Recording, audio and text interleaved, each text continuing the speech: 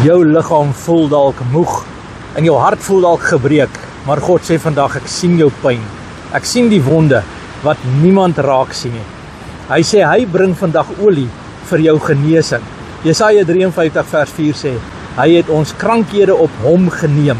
1 Petrus 2 vers 24 in die Engels sê, by his stripes you are healed and made whole.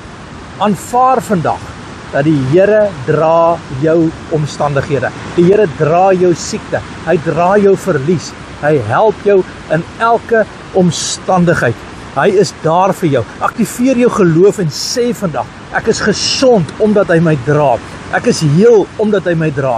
En wanneer jy dit glo dat die genesing, die eer aan die Here gee vandag. As jy vandag dit vat en jy neem leierskap in jou gees op, dan bou jy 'n posisie van hoop op en jy dra dit vandag. Here, help my vandag. Genees my vandag in Jesus se naam. Amen. And God bless.